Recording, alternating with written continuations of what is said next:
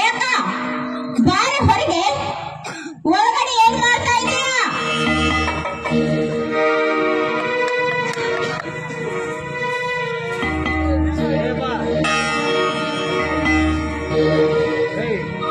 ಅಲ್ಲೇ ದರಿದ್ದವಳೆ, ಎಷ್ಟೊಂದು ನಿಂತು ಹೋಗ್ತಾ ಇದ್ದಾನೆ, ಕಿವಿ ಕೇಳಿಸಲ್ಲ ನಿಮಗೆ? ಯಾಕೆ ಹೋಗ್ತಾ ಇದೆಯಾ? ಯಾಕೋ ಕಣ್ಣಿಗೆ ಚಕ್ರ ಬಂದಂಗಾತಪ್ಪ, ಅದಕ್ಕೆ ಸ್ವಲ್ಪ ರೆಸ್ಟ್ ಮಾಡ್ತಾ ಇದ್ದೆ.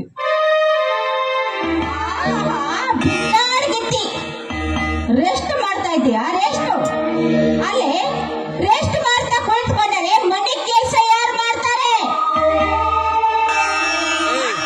ಮನೆಯಲ್ಲಿ ರಾಸು ಕೆಲಸ ಬಿಟ್ಟಿದೆ, ಕೆಲಸ ಮಾಡಿದ್ಬಿಟ್ಟು ಕಟ್ಟ ಕೊಡ್ತಿ ತಿಂದು ಮಲಗ್ತಾ ಇದೆಯಲ್ಲ, ನಾಚಿಕೆ ಬರ್ಬೇಕು ನಿನ್ನ ಜನ್ಮಕ್ಕೆ.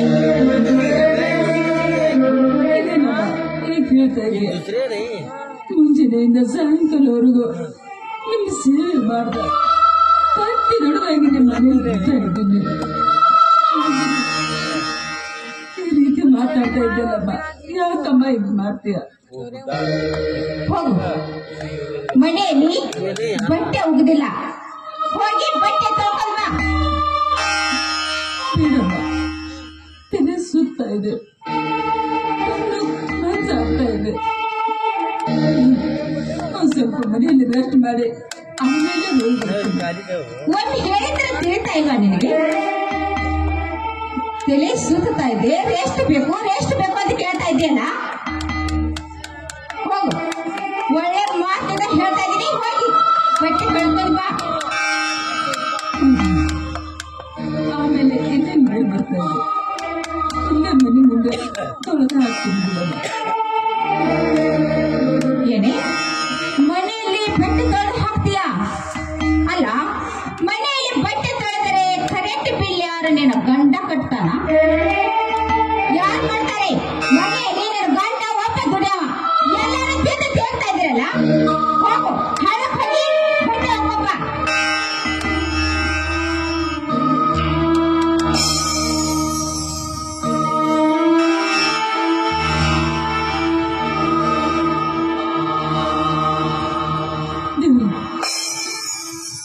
ಮನೆಯಲ್ಲಿ ಎಷ್ಟು ಸೇವೆ ಮಾಡಿದ್ರು ಕೂಡ ಯಾಕೆ ಅವ್ರಿಗೆ ಕನಿಕರ ಇಲ್ಲ ಅಂತೀನಿ.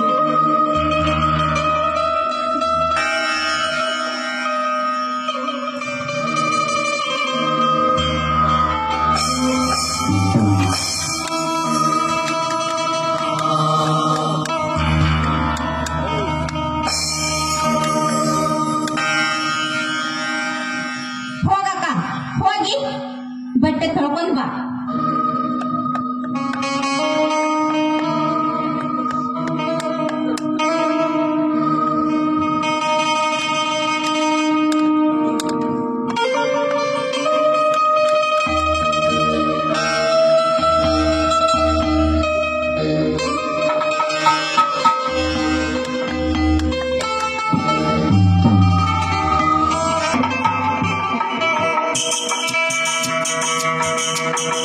ಅಲ್ಲ, ಇವ್ರು ಗಟ್ಟ ಅನಿಸ್ಕೊಂಡವ ಎಷ್ಟು ಮುಂಚೆನೆ ಹೋಗಿದ್ದಾರೆ, ಈಗ ಇಷ್ಟು ತನಕ ಮನೆಗೆ ಬರ್ತಾ ಇಲ್ಲ.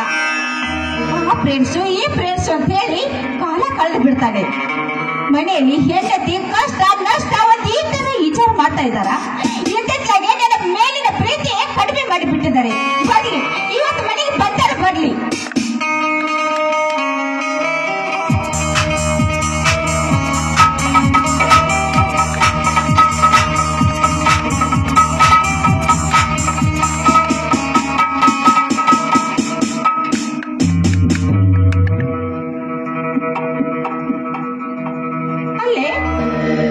ಬಟ್ಟೆ ಕಳ್ಕೊಂಡ್ ಬಾ ಕಳ್ಸಿದ್ರೆ ಬಟ್ಟೆ ಬಿಟ್ಟು ಬರೇ ಕೈಲಿ ಬಂದಿಲ್ಲ.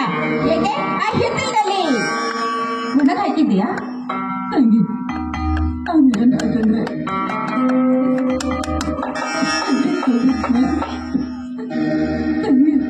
ಅದು ಹೇಳು. ತಲೆ ಸುತ್ತಿ ಬಿದ್ದು ಕೆರೆ ದಂಡೆ ಮನೆಗೆ ಹೋಗ, ಕೆರೆಯಲ್ಲಿ ಬಟ್ಟೆ ಎಲ್ಲ ಹರ್ಕೊಂಡು ಹೋಗಿ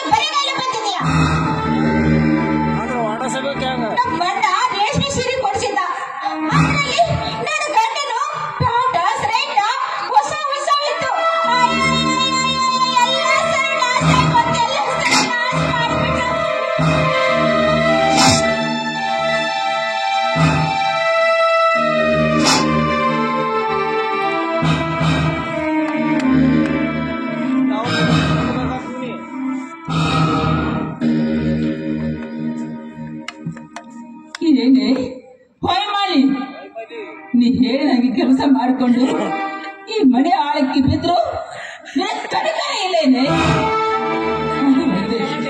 ನೀ ಮಾಡೋ ಹೇಸ್ ಕೆಲಸ ನನಗ್ ಗೊತ್ತಿಲ್ಲ ಅನ್ಕೊಂಡೀಯ? ಮರ್ಯಾದೆಯಿಂದ ಹೇಳ್ತಾ ಇದ್ದೀನಿ,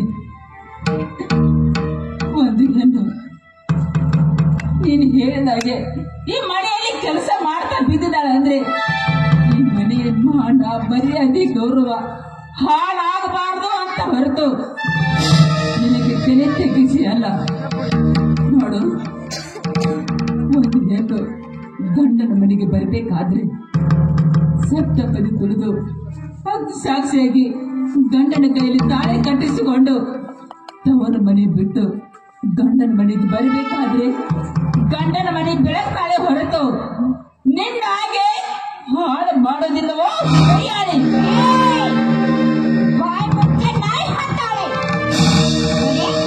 ನನ್ನ ಕೈ ಗಂಡನ ಕೈಯಿಂದಾಗಲಿ ಸಾಕ್ಷಿಯಾಗಿ ಕೊರಳಿಗೆ ತಾಳಿ ಕಟ್ಟಿಸಿಕೊಂಡು ಈ ಮನೆಗೆ ಸೊಸೆಯಾಗಿ ಬಂದಿದ್ದಾನೆ. ನಾಲಿಗೆ ಹಿಡಿತ ಮೀರಿದ್ರೆ ನಾಲಿಗೆ ಹಾಕಬೇಕಾಗಿದ್ದು ಎಚ್ಚರದಿಂದ ಮಾತಾಡಿ ಕೈಯಾಳಿ. ಹೌದಮ್ಮ, ಹೌದು. ಅಗ್ನಿ ಸಾಕ್ಷಿಯಾಗಿ ತಾಳಿ ಕಟ್ಟಿಸಿಕೊಂಡು ಈ ಮನೆ ಹೊರಸಲ ಏನ್ ತುಳಿದು ನೋಡು. ಆವಾಗಿದ್ದು ಈ ಮನೆ ಮೇಲೆ ಒಂದು ಕೆಟ್ಟ ದೃಷ್ಟಿ. ಕೆಟ್ಟ ದೃಷ್ಟಿಗೆ ಯಾರು ಗೊತ್ತಾ? ನೀನೇ. ನನ್ನ ಗೋಕಾಲ ಆದ್ರೂ ಈ ಮನೆ ಸ್ಮಶಾನ ಮಾಡಿಬಿಟ್ಟೆ. ಅಲ್ಲಿ ಸ್ಮಶಾನ ಮಾಡಿಬಿಟ್ಟೆ. ತುಂಬಿದ ಮನೆ ಇವತ್ತು ಸ್ಮಶಾನ ಆಗಿ ಹೋಯಿತು. ಕೂಡಿದ ಅಣ್ಣ ತಮ್ಮಂದರು ನಿನ್ನಂತ ಹೀನ ಹೆಣ್ಣಿನಿಂದ ಅಗಲಿ ಹೋದ್ರು. ಇನ್ನೇ ಏನ್ ಬೇಕೆ? ದೊಡ್ಡ ಅಕ್ಕ ಅಂತ ಸುಮ್ಮನೆ ನಿಂತ್ರೆ ಬಾಯಿಗೆ ಬಂದಂತೆ ಮಾತಾಡ್ತೇನೆ.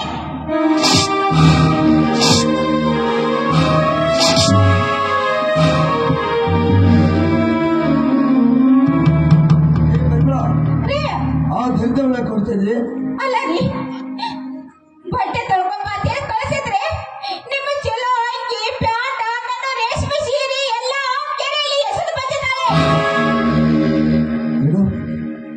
ನಮ್ಮ ಬಟ್ಟೆ ಎಲ್ಲ ಕೆರೆಯಲ್ಲಿ ಹರಿದುಕೊಂಡು ಬಂದಲ್ಲ, ಎಲ್ಲ ಗಂಟು ಹೋಗೋದು ಬಂದಾರ್ರಿ. ದರಿದ್ರವ, ನಮ್ಮ ಮೇಲೆ ಸಿಟ್ಟ ಆ ಬಟ್ಟೆ ಮೇಲೆ ತೋರಿಸ್ತೀಯ?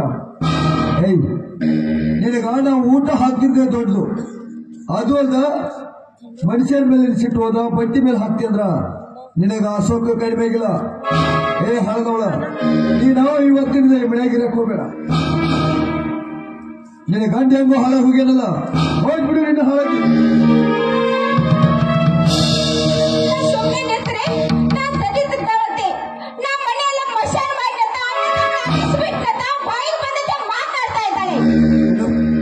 ನಾನು ಹೇಳ್ತೀಗ ದರಿದ್ರಳು ಮನೆ ಮಿಷನ್ ಮಾಡಿಲ್ಲ ಅಂತ ಹೇಳ್ತೇವೆ.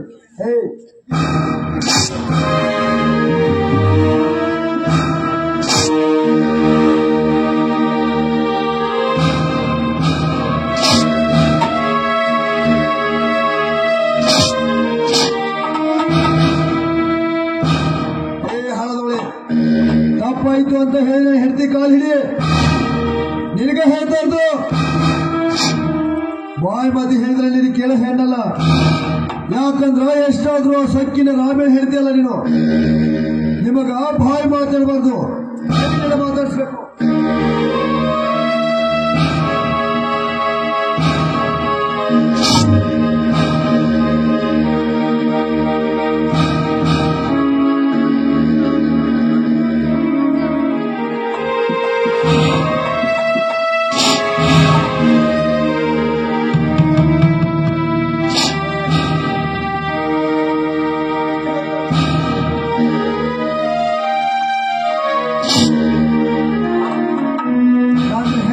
ಮನೆ ಮಹಾಲಕ್ಷ್ಮಿ, ಅವಳಿಗೆ ಮನೆ ಮಶಾನ ಮಾಡಿದ್ರು ಅಂತ ಮಾತಾಡ್ತಾರೆ.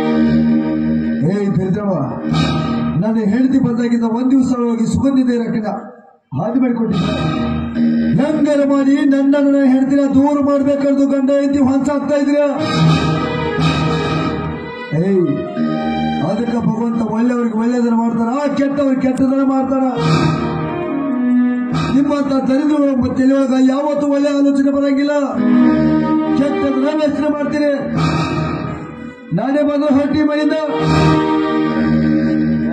ಹೌದು ರೀ, ಇರೋದೇ ಪೀಡೆ ತೊಲಗಿ ಬಿಡ್ಲಿ. ಅದರ ಪೀಡೆ ತೊಲಗಿ ಹೋಗಿದೆ. ಈ ಮನೆಯಲ್ಲಿ ಈ ದರಿದ್ರದ ಉಳಿದಿದೆ ಅಂತಂದು ಹೊರಗೆ ಹಾಕಿಬೇಡಿ. ಹೋಗ್ಲಿ ಪಾಪ ಅಂತ ಮನೆಯೊಳಗೆ ಇಟ್ಕೊಂಡ್ರ ನನ್ನ ಹೆಂಡತಿಗೆ ಬಾಯಿಗೆ ಬಂದಾಗ ಮಾತಾಡೋದು ಬಂದ. ಈ ಮನೆಯಾಗ ಈ ಕ್ಷಣದಾಗ ನನಗೆ ಜಾಗ ಇಲ್ಲ.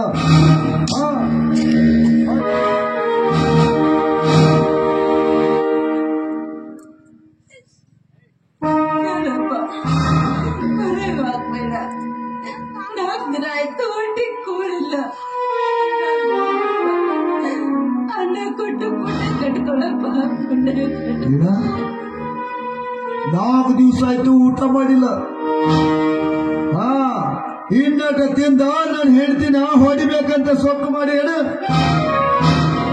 ಈಗ 4 ದಿವಸ ಊಟ ಬಿಟ್ಟಿದ ಕಡ ಇಟ್ಟು ಹಾರಡು ಮಾತಾಡಕತ್ತೀನಿ.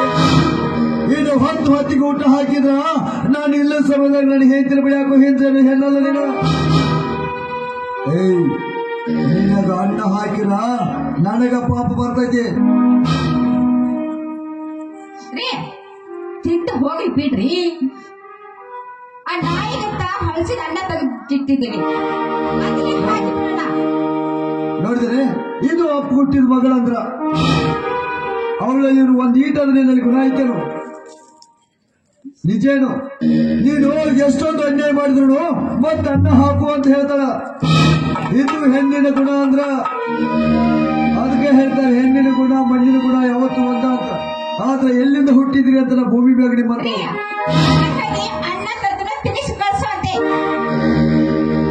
ಅಲ್ಲ ಪರಿಮಳ, ನಿಂದ ಎಂತ ಒಳ್ಳೆ ಮನಸ್ಸು. ನಿನಗೆ ವಿಷ ಹಿರಿಯಕ್ಕೆ ಬಂದವರಿಗೆ ಹಾಲು ಇರುವಂತ ಮನಸ್ಸೈತಲ್ಲ. ಆದ್ರೂ ಇಂಥ ದರಿದ್ರಗಳಿಗೆ ಎಲ್ಲಿ ಬುದ್ಧಿ ಬರ್ತೈತೆ? ಏನಾದ್ರು ಮಾತಾಡಿದ್ರೆ ಸಾಕ ಬುಳು ಬುಳು ಬುಳು ನಾ ಕಣ್ಣಿ ಕಣ್ಣ ನೀರು ಸುರಿಸಿಬಿಟ್ರೆ ಆಯ್ತು. ದುಡಿಯೋದಿಲ್ಲ, ದುಃಖ ಪಡೆಯೋದಿಲ್ಲ. ಇದುವರೆಗೆ ಕಮಕ ಗಂಡ ಹೆಂಡತಿ ತಿನ್ಕೋದು ಕುಂತಾರ. ಇಲ್ಲಿ ನಾನು ಬೆಂಗಳೂರಾಗ ಸಾಲಿ ಕಲಿಸಿಲ್ಲ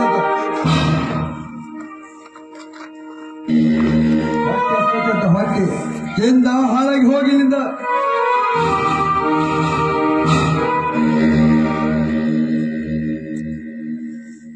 ಯಾರ ಕಡೆ ಪರಿಮಳ ಹೀಗೆ ಹಚ್ಚಿದ ಕಡೆ ಇದು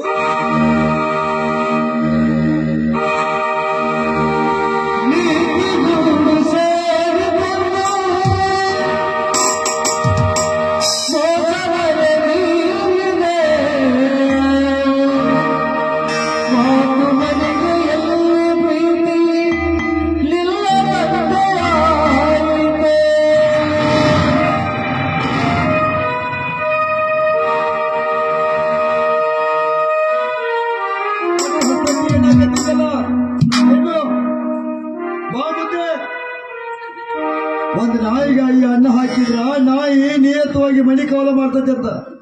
ಆ ನಾಯಿಗಿರೋ ನಿಯತ್ತು ನಿಮ್ಮಲ್ಲಿಲ್ಲ. ಆ ಸ್ಥಳ ಅಂತ ಅದನ್ನಟ್ಟು ನೀಡಿ ಕಳಿಸ್ಕೊಡುತ್ತೇನೆ.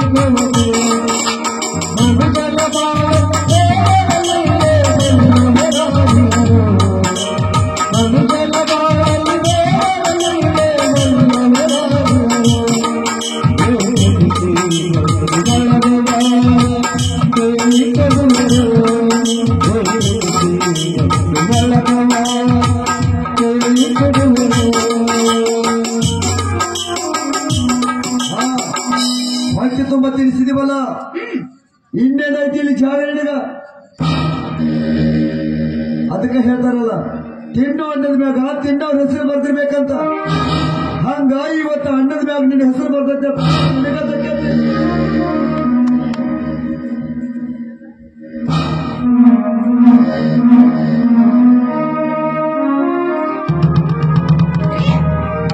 ಈಗ ಜೊತೆ ಏನ್ ಮಾತನಾಡ್ತಾ ನಿಲ್ತೀರಾ? ಬಿಡಿ ಅಮ್ಮ, ಮಹಾತಾಯಿ ಏನ್ ಹೇಳ್ಬೇಕಂತ ಇದೆಮ್ಮ?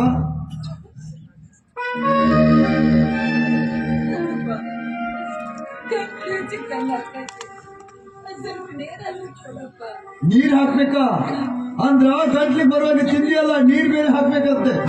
ಹೋಗು, ಎಲ್ಲಿ ಅದ್ರ ರೋಡ್ ಮೇಲೆ ಕುಂತು ಬೇಡಕ್ ಹಾಕ್ತಾರೆ ಯಾರು ತಂದು ನೀರು. ಗಪ್ರಿ ನೀರು ಕುಡಿದ ಹೋಗ್ಬಿಡ್ರಿ, ತರ್ತೇನೆ.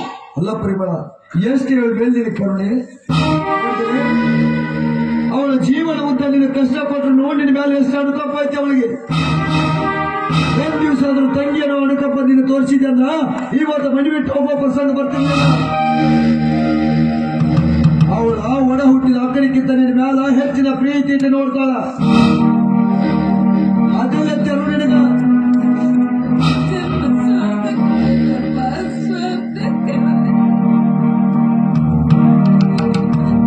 ಆಗ್ಬೇಕಮ್ಮ, ಚೆನ್ನಾಗಿದೆಯಮ್ಮ ನಿನ್ನ ನಟನೆ, ಸಾರ್ಥಕ ಐತತ್ತ. ಏನು ದರಿದ್ರ ಕಣ್ಣೀರು ಹಾಕ್ತಿರೋ? ನಿನ್ನ ದರಿದ್ರ ಕಣ್ಣೀರಿಂದ ನನ್ನ ಮನೆಗೆ ಶಾಪ ತಟ್ಟಿತ್ತ. ದರಿದ್ರ ಕಣ್ಣೀರ ನನ್ನ ಮನೆ ಅಂಗಳದಾಗ ಚೆಲ್ಲಬೇಡ. ಹೋಗು, ನಿನ್ನ ಶ್ರೀರಾಮಚಂದ್ರ ಗಂಡನ ಹುಡ್ಕೊಂಡ ಹೋಗ. ಎಲ್ಲ ರೀತಿ ಜೀವನ ಮಾಡಾಕತ್ತೇನೋ, ಮತ್ತೆ ಯಾವ ಕಣ್ಣ ಹೆಂಗಸರು ಸೆರಗೆ ಹಿಡ್ಕೊಂಡು ಬೇಡ ಹತ್ತೇನೋ.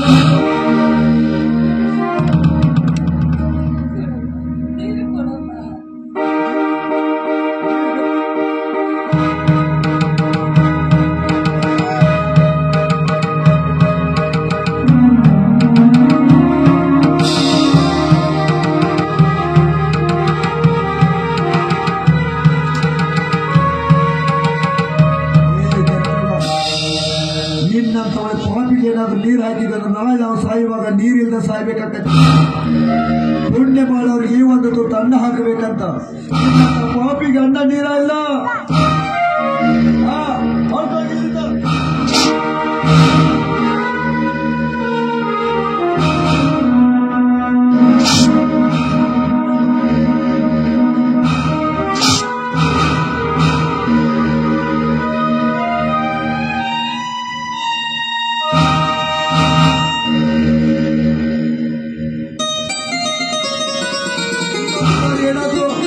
ನನ್ನ ಮೈದ ನನ್ನ ತಂಗಿದಾಳಂತ ಈ ಮನೆ ಕಡೆ ಕಾಲು ಹಾಕಿದೆ ಅಂದ್ರ ಆವತ್ತು ಆಡಿನ ಕಾಲ ಕತ್ತಿಸ್ತೇನೆ. ಇದೊಂದು ಕೆಲಸ ಚೆನ್ನಾಗಿ ಮಾಡಿದ್ದೀರಾ. ಯಾಕಂದ್ರೆ ಈ ಆಸ್ತಿ ಅಂತಸ್ತು ಹೊಲ ಮನೆ ಎಲ್ಲ ನಮ್ಮ ಹೆಸರಿಗೆ ಆಗಿ ಬಿಡ್ತಾರ. ದರಿದ್ರವ, ಇನ್ನೊಂದು ಸಾರಿ ಮನೆ ಕಡೆ ಆಗ್ಲಿ ನೀನ ನಿನ್ನ ಗಂಡನ ಹುಡ್ಕೊಂಡು ಹೋಗುವಿನ. ಆದ್ರ ಮನೆ ಕಡೆ ಬರೋ ವಿಚಾರ ಮಾಡ್ಬೇಡ.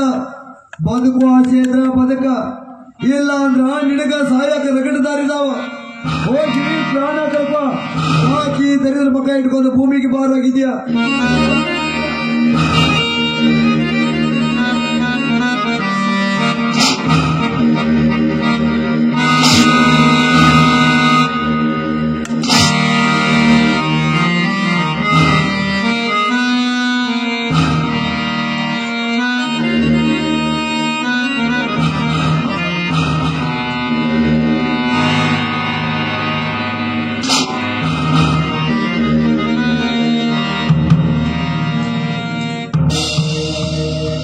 ಅಂತೂ ನಿರ್ಮಳ, ನನಗಂತೂ ಈ ಮನೆ ಬಿಟ್ಟು ಹೋದು. ಈ ಮನೆ ಮೇಲೆ, ಈ ಮನೆಯಲ್ಲಿ ನಾನೇ ರಾಜ, ನೀನೇ ರಾಜ. ಅಯ್ಯೋ ಹಾಗಲ್ಲ ರೀ, ಅವ್ರ ಮನೆ ಬಿಟ್ಟು ಅದಕ್ಕೆ ಹೊರ ಹಾಕ್ತ ಗೊತ್ತಾ? ಯಾಕೆ? ಈ ಮನೆ ನನ್ನದಂದ ಬೇಕಂತೆ. ಅವಾಗ ನಮ್ಮ ಅಣ್ಣ ನನ್ನ ಮನೆಗೆ ಬಂದು ಊಟ ಮಾಡಿ ಹೋಗ್ತಾನಂತೆ. ಹೌದಾ? ಹಾಗಾದ್ರೆ ಇವತ್ತೇ ಮೌನವ್ರಿಗೆ ಫೋನ್ ಹಚ್ಚಿ ಹೇಳ್ಬಿಡು. ಫೋನ್ ಹಚ್ಚಿ ಹೇಳ್ಬಿಡಿ. ಆಯ್ತು ಕಣೆ, ಹಾಗಾದ್ರೆ